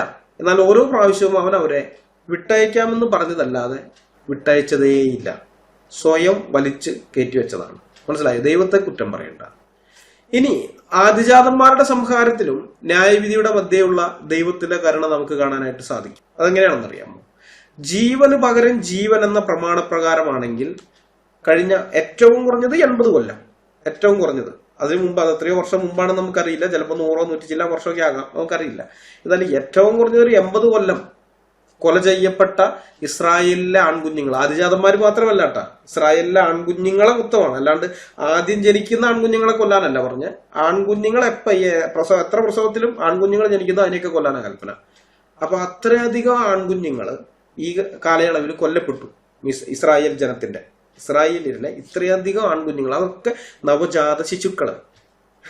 ഇവര് യഹോവയ്ക്കെതിരെ കൊണ്ടുവരുന്നത് നവജാത ശിശുക്കളെ കൊന്നുവെന്ന. പക്ഷെ മിസ്രൈമിൽ കൊന്നതോ ജനിച്ചു വീണ കുഞ്ഞിനെ എടുത്തുകൊണ്ട് പോയിട്ട്, അമ്മയുടെ ഒപ്പം കിടക്കുന്ന കുഞ്ഞിനെ എടുത്തുകൊണ്ട് പോയിട്ട് നൈൽ നദിയിലേക്ക് എറിഞ്ഞു കൊടുക്കുകയാണ്. ഇത്ര 80 വർഷമായിട്ട്, ഏറ്റവും കുറഞ്ഞത് 80 വർഷമായിട്ടുണ്ടായിരുന്ന ഈ കിരാത നിയമം കൊണ്ട് കൊല ചെയ്യപ്പെട്ട ഇസ്രായേലിലെ പൈതങ്ങളുടെ ജീവന്, ആൺപൈതങ്ങളുടെ ജീവന് പകരമായി മിസ്രൈമിലുള്ളവരുടെ ജീവൻ എടുക്കാൻ ദൈവം തീരുമാനിച്ചിരുന്നെങ്കിൽ, ജീവന് പകരം ജീവൻ എന്നുള്ള ഇത് തീരുമാനിച്ചിരുന്നെങ്കിൽ ആ തലമുറയിൽ ഉണ്ടായിരുന്ന മിസ്രൈമ്യര് മുഴുവൻ മരിക്കും. മനസ്സിലായോ? ഇത്രയും വർഷമായിട്ട്, 19 വർഷമായിട്ട് ഇവരുടെ ജീവൻ എടുത്തുകൊണ്ടിരിക്കുകയാണല്ലോ. അതിന് തുല്യമായ ജീവൻ, അതിന്റെ എണ്ണം, ആ എണ്ണത്തിന് തുല്യമായി തന്നെ ഇവിടെ എടുക്കുകയാണെങ്കിൽ മിസ്രൈമ്യരുടെ ആരെങ്കിലും അവശേഷിക്കും, ഒക്കെ പോയനെ. പക്ഷെ ദൈവം അത് ചെയ്യുന്നില്ല, യഹോവ അത് ചെയ്യുന്നില്ല. അവരുടെ ആദ്യജാതന്മാരുടെ ജീവൻ എടുക്കാൻ മാത്രമേ ദൈവം ഉദ്ദേശിക്കുന്നുള്ളൂ. ആദ്യജാതന്മാരുടെ ജീവൻ, ജീവന് പകരം ജീവൻ എന്നുള്ള പ്രമാണം പൂർണ്ണമായിട്ട് ദൈവം അവിടെ അപ്ലൈ ചെയ്യുന്നില്ല. മിസ്രൈമിനോട് യഹോവ കരുണ കാണിച്ചു എന്നുള്ളതാണ്. ഇവിടെ ആദിജാതൻ എന്നതിന് ഉപയോഗിച്ചിരിക്കുന്ന എബ്രായ വാക്ക് ബെഖോർ എന്നുള്ളതാണ്. ബെഖോർ ഇത് പുല്ലിംഗ രൂപമാണ്. ആദ്യം ജനിച്ച കുട്ടി, ആദിജാതൻ എന്ന് പറയുന്ന ആൺകുഞ്ഞ്, ബെഖോർ. അതിന്റെ സ്ത്രീലിംഗമുണ്ട്, അത് ബഖീറ എന്നാണ്. ബഖീറ എന്ന് പറഞ്ഞാൽ ആദ്യം ജനിച്ച ആദ്യത്തെ കുഞ്ഞ് പെൺകുഞ്ഞാണെങ്കിൽ എന്റെ ആദിജാത, മറ്റേതാണെങ്കിൽ ആദിജാത്. അപ്പൊ ബഖീറ എന്നുള്ള വാക്കല്ല, ബെഖോർ മാത്രമേ ഉപയോഗിച്ചിട്ടുള്ളൂ. അപ്പൊ ഇതിൽ നിന്ന് മനസ്സിലാകുന്നത് ഒരു കുടുംബത്തിൽ മൂത്തത് ആൺകുട്ടിയാണെങ്കിൽ മാത്രമേ ആ കുടുംബത്തില് ഒരാള് മരിക്കൂ എന്നുള്ളതാണ്. പെൺകുട്ടിയാണ് ആ കുടുംബത്തിലെ മൂത്തയാളെങ്കിൽ അവിടെ ആരും കൊല്ലപ്പെടുകയില്ല. അപ്പൊ ഇതും ദൈവത്തിന്റെ ന്യായവിധിയിലുള്ള കരുണയെ കാണിക്കുന്നതാണ്. മനസ്സിലായോ? ദൈവത്തിന്റെ ന്യായവിധിയിലുള്ള കരുണയാണ്. ദൈവത്തിന് ഇതൊന്നും ചെയ്യേണ്ട കാര്യമില്ല. അവിടെ ഇത്ര കുഞ്ഞുങ്ങൾ ഇത്രയും വർഷത്തിനിടെ കൊല്ലപ്പെട്ടിട്ടുണ്ട്, പകരം അത്രയും ജീവൻ ഞാൻ ഇവിടുന്ന് എടുക്കുന്നു എന്ന് പറഞ്ഞ് ദൈവത്തിന് എടുത്തെങ്കിൽ ദൈവത്തിനെ നീതിക്കെതിരല്ല, ദൈവത്തിനെ കുറ്റം പറയാൻ പറ്റില്ല. പക്ഷെ യഹോവ അത് ചെയ്യുന്നില്ല. യഹോവ ആദിജാതന്മാരെ മാത്രമേ കൊല്ലുന്നുള്ളൂ. അതിലും ഈ ബെഖോർ എന്നുള്ള വാക്ക് ഉപയോഗിച്ചതിലൂടെ ആദ്യം ജനിച്ചത് പെൺകുഞ്ഞാണെങ്കിൽ അവർ കൊല്ലപ്പെടുന്നതുമില്ല. ഇവിടെ വിമർശകന്മാർ വേറൊരു കാര്യം പറയുന്നുണ്ട്, ആദിജാതന്മാരൊക്കെ നവജാത ശിശുക്കളായിരുന്നു എന്ന്. അറിവില്ലായ്മ കൊണ്ടാണ് അങ്ങനെയുള്ള ആരോപണം ഉന്നയിക്കുന്നത്. ഒരു കുടുംബത്തിലെ ആദിജാതൻ എന്നുള്ളത് ഏത് പ്രായക്കാരനും ആകാം. ഇപ്പൊ എനിക്കിപ്പോ ഇത്രയും വയസ്സുണ്ടല്ല, ഞാൻ രണ്ടാമത്തെ ആളാണ്, പക്ഷെ ഞാനാണ് മൂത്ത ആളെന്ന് വെച്ചു. മൂത്തയാൾ ഞാനാണെങ്കിൽ ഞാൻ ആദിജാതനാണ്. അപ്പൊ ഞാൻ നവജാത ശിശു ഒന്നല്ല, ഇത്രയും വയസ്സായി. അപ്പൊ അതുകൊണ്ട് ആ മൂത്ത മകൻ എന്നുള്ളത് ചിലപ്പോൾ നവജാത ശിശു ആകാം, ചിലപ്പോൾ 90 വയസ്സുള്ള ആളും ആകാം. അപ്പൊ അതുകൊണ്ട് നവജാത ശിശുക്കളെ മാത്രം കൊന്നു എന്ന് പറഞ്ഞതിൽ കഥയൊന്നുമില്ല. എന്നാൽ മിസ്രൈമ്യര് ഇസ്രായേലിലെ ആൺകുഞ്ഞുങ്ങളെ കൊന്നത് ഒക്കെ നവജാത ശിശുക്കളെയായിരുന്നു. അത് ആദിജാതന്മാരെ മാത്രമല്ല, ആൺകുഞ്ഞുങ്ങളായി ജനിക്കുന്നവരെയൊക്കെ. എല്ലാവരെയും കൊല്ലാൻ പറ്റിയിട്ടില്ല. കുറെ പേരെയൊക്കെ കൈക്കൂലി കൊടുത്തും മറ്റുമൊക്കെ, കാശ് കൊടുത്തും മറ്റുമൊക്കെ ആയിട്ട് രക്ഷപ്പെടുത്തിയിട്ടുണ്ട്. അതുകൊണ്ടാണ് മോശ അവിടെ നിന്ന് ഇസ്രായേൽ ജനത്തെ വിടുവിച്ചുകൊണ്ട് വരുമ്പോൾ അവർ ലക്ഷക്കണക്കിന് പേരുണ്ട്. പക്ഷെ അത്രയും ഉണ്ടായാൽ പോരായിരുന്നു, അതിൽ കൂടുതൽ വേണമായിരുന്നു. ഇവര് കൊന്നു കളഞ്ഞതാണ്. ഇനി ഇതിനേക്കാളും വലിയൊരു കരുണ ഈ ന്യായവിധിയിൽ നിന്ന് ഒഴിയാൻ യഹോവയായ ദൈവം അവർക്ക് നൽകിയിരുന്നു. അതാണ് പെസഹ കുഞ്ഞാടിന്റെ രക്തം. എല്ലാവർക്കും പൊതുവെയുള്ള ധാരണ പെസഹ കുഞ്ഞാടിന്റെ രക്തത്തിലൂടെ ആദിജാത സംഹാരത്തിൽ നിന്നുള്ള രക്ഷ ഇസ്രായേൽ മക്കൾക്ക് മാത്രമായിരുന്നു എന്നാണ്. എന്നാൽ അത് അവർക്ക് മാത്രമായിരുന്നില്ല. ദൈവം നൽകിയ കൽപ്പന അനുസരിച്ച് പെസഹ കുഞ്ഞാടിനെ കൊന്ന് അതിന്റെ രക്തം കട്ടളക്കാൽ രണ്ടിന്മേലും കുറുമ്പടിമേലും പുരട്ടിയിട്ടുള്ള ഏതൊരു വീട് കണ്ടാലും യഹോവ ആ ഭവനത്തെ ഒഴിഞ്ഞ് കടന്നു പോകുമെന്നതായിരുന്നു മോശയോടുള്ള ദൈവിക വാഗ്ദത്വം. മനസ്സിലായി? ഏതൊരു വീടും, അത് ഇസ്രായേൽ ജനം മാത്രമല്ല. ഇനി ഇസ്രായേലിയരുടെ ഭവനത്തിൽ രക്തം കണ്ടില്ലെങ്കിലോ?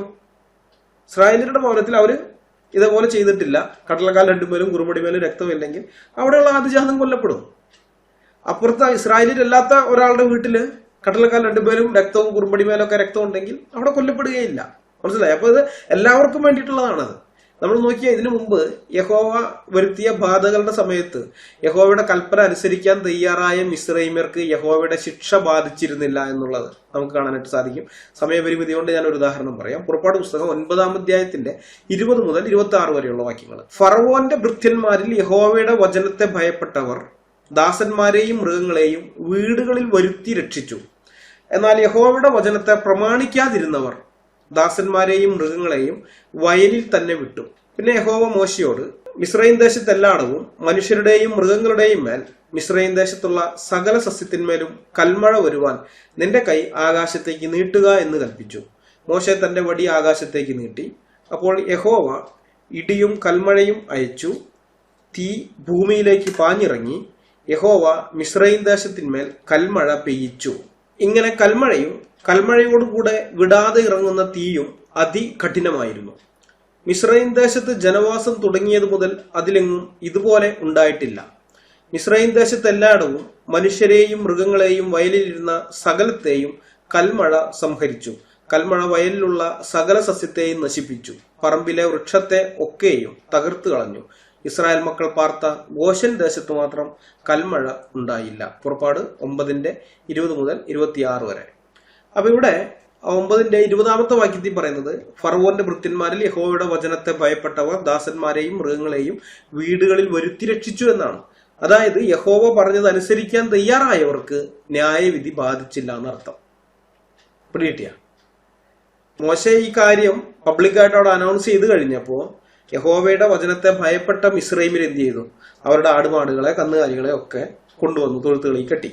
അവരുടെ ദാസന്മാരെ, വയലുകളിൽ പണിയെടുത്ത ദാസന്മാരെയൊക്കെ വിളിച്ച് വീടുകളിലാക്കി. അതുകൊണ്ട് തന്നെ കൽമഴയാൽ അവരാരും കൊല്ലപ്പെട്ടില്ല. എന്നാൽ അത് ചെയ്യാതിരുന്ന ആളുകൾ കൊല്ലപ്പെട്ടു.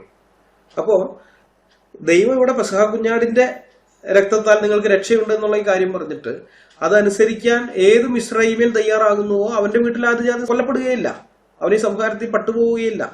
അപ്പൊ ദൈവം അങ്ങനെ ഒരു കരുണ കൂടെ അവരോട് കാണിക്കുന്നുണ്ട്. അപ്പൊ ആദിജാതന്മാരുടെ സംഹാരത്തിൽ നിന്ന് രക്ഷപ്പെടാൻ യഹോവയായ ദൈവം പറഞ്ഞതനുസരിച്ചാൽ മതിയായിരുന്നു. ഈ യഹോവയെ അനുസരിച്ച് തങ്ങളുടെ ആദിജാതന്മാരെ രക്ഷിച്ച ധാരാളം പേരന്ന് മിസ്രൈമിൽ ഉണ്ടായിരുന്നു എന്നതിന് വ്യക്തമായ ഒരു സൂചന നമുക്ക് കിട്ടുന്നുണ്ട്. പുറപ്പാട് പുസ്തകം 12-ാം അധ്യായത്തിന്റെ 38-ാമത്തെ വാക്യത്തിൽ അവിടെ ഇസ്രായേൽ മക്കളുടെ പുറപ്പാടിന്റെ സമയത്ത് അത് പറയുന്നത്, വലിയൊരു സമ്മിശ്രജാതി പുരുഷാരവും ആടുമാടുകളും കന്നുകാലികളുമായി അനവധി മൃഗങ്ങളും അവരോടുകൂടെ പോന്നു എന്നാണ് നമ്മൾ വായിക്കുന്നത്. സമ്മിശ്രജാതി പുരുഷാരം ഞാൻ നേരത്തെ പറഞ്ഞല്ലോ, അത് ഇസ്രായേൽ മക്കളല്ലാത്ത പുറമെയുള്ള ആളുകളാണ്.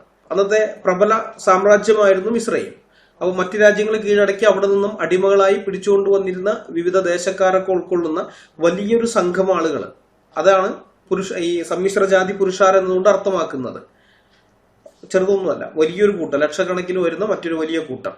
അപ്പൊ ഇസ്രായേൽ മക്കൾ റമസേസിൽ നിന്ന് പുറപ്പെടുന്ന ആ കാര്യം പറയുമ്പോൾ നമ്മൾ വായിക്കുന്നത്, മിസ്രൈമരോ യഹോവ തങ്ങളുടെ ഇടയിൽ സംഹരിച്ച കടിഞ്ഞൂലുകളെയെല്ലാം കുഴിച്ചിടുകയായിരുന്നു എന്ന് സംഖ്യാപുസ്തകത്തിന്റെ 33-ാം അധ്യായം 4-ാമത്തെ വാക്യത്തിൽ വായിക്കുന്നുണ്ട്. മിസ്രൈമിലോ യഹോവ തങ്ങളുടെ ഇടയിൽ സംഹരിച്ച കടിഞ്ഞൂലുകളെയെല്ലാം കുഴിച്ചിടുകയായിരുന്നു. എന്നാൽ ഈ സമ്മിശ്രജാതി പുരുഷാരത്തിനെ സംബന്ധിച്ചിടത്തോളം അവർ യഹോവയുടെ കൽപ്പന അനുസരിച്ചതുകൊണ്ട് അവരുടെ കടിഞ്ഞൂലുകൾ ഒന്നും നഷ്ടപ്പെട്ടില്ല. അതുകൊണ്ടാണ് അവർക്ക് എന്ത് ചെയ്യാൻ പറ്റിയത്? അവർക്കും ഇസ്രായേൽ ജനത്തോടു കൂടെ പുറപ്പെട്ടു പോരാൻ സാധിച്ചത്. അല്ലെങ്കിൽ അവർ എന്ത് ചെയ്യേണ്ട വന്നേനെ? തങ്ങളുടെ മക്കളെ കുഴിച്ചിടാൻ വേണ്ടി കുഴിയെടുത്ത് അവിടെ നിൽക്കേണ്ടി വന്നേനെ. പക്ഷെ അതൊന്നുമില്ല, ഇവരോടൊപ്പം തന്നെ അവരും ഇറങ്ങിപ്പോരുകയാണ്. അപ്പോൾ ഇസ്രായേൽ ജനത്തിന് മാത്രമല്ല ഈ പെസഹയുടെ നിയമം കൊടുത്തിരിക്കുന്നത്, ആർക്കും എല്ലാവർക്കും പെസഹ കുഞ്ഞാടിന്റെ രക്തത്താൽ രക്ഷയുണ്ട് എന്നുള്ള കാര്യമാണ് അവിടെ കൊടുത്തിരിക്കുന്നത്. അതുകൊണ്ട് തന്നെ മിസ്രൈമർക്ക് എന്ത് ചെയ്യാമായിരുന്നു? അവർക്കും ഈ രക്ഷാമാർഗം ഉപയോഗിക്കാമായിരുന്നു. പെസഹ കുഞ്ഞാടിനെ അറുത്ത് അതിന്റെ രക്തം കട്ടളക്കാൽ രണ്ടുമേലും കുറുമടിമേലും പുരട്ടിയിട്ട് തങ്ങളുടെ മക്കളെ രക്ഷിക്കാനുള്ള അവസരം ഉണ്ടായിരുന്നു. അപ്പൊ ദൈവം അവിടെ ഒരു ന്യായവിധി നടത്തുമ്പോൾ പോലും രക്ഷയ്ക്കുള്ള അവസരം വെച്ചുകൊണ്ടാണ് ആ ന്യായവിധി നടത്തുന്നത്. അത് അവന്റെ കരുണയെ വെളിപ്പെടുത്തുന്നതാണ്. മനസ്സിലായോ? ആ കരുണയിലാണ് സമ്മിശ്രജാതി പുരുഷാരത്തിന് തങ്ങളുടെ ആദിജാതന്മാരാരെയും ജീവൻ പോകാതെ രക്ഷിക്കാൻ സാധിച്ചത്. അവരുടെ ജീവൻ നഷ്ടപ്പെടാതെ, അവർ കൊല്ലപ്പെടാതെ അവരെ രക്ഷപ്പെടുത്താനൊക്കെ സാധിച്ചത് ഈ പെസഹ കുഞ്ഞാടിന്റെ രക്തം അവരുടെ ആദിജാതന്മാരുടെ ജീവൻ രക്ഷിച്ചു എന്നുള്ളതാണ്, രക്ഷിച്ചതുകൊണ്ടാണ്. അപ്പോൾ ഇങ്ങനെ ന്യായവിധി നടത്തുമ്പോൾ ആ ന്യായവിധിയുടെ സമയത്ത് പോലും ദൈവം അവർക്ക് ഒരു രക്ഷാമാർഗം തുറന്നിട്ടുകൊണ്ടാണ് ന്യായവിധി നടത്തിയതെന്ന് ബൈബിളിൽ നിന്ന് തന്നെ നമുക്ക് തെളിയുന്നുണ്ട്.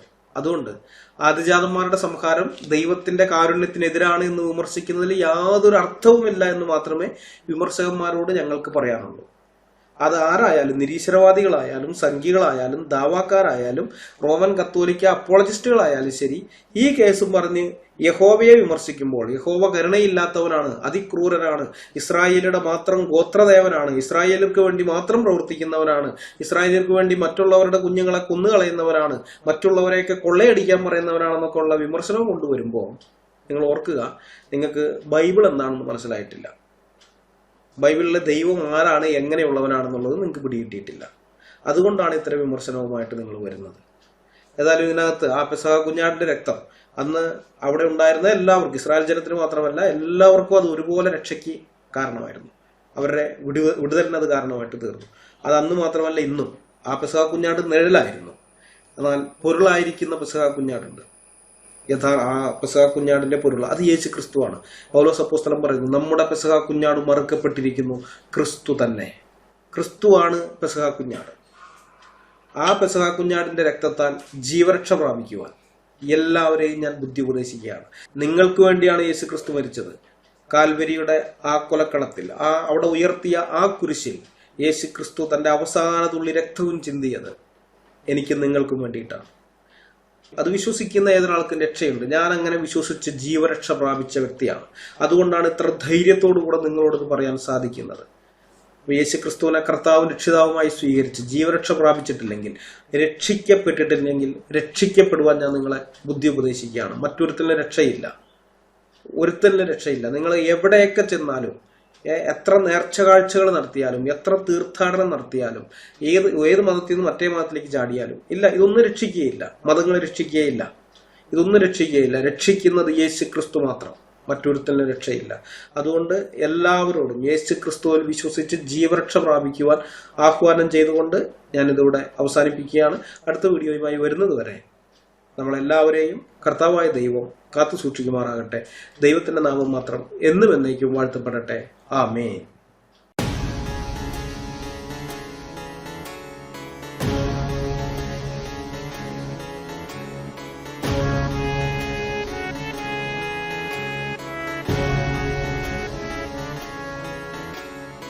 ജീവിച്ചാൽ ക്രിസ്തുവിനായി, പ്രവർത്തിച്ചാൽ ക്രിസ്തുവിനായി, മരിച്ചാൽ ക്രിസ്തുവിനായി.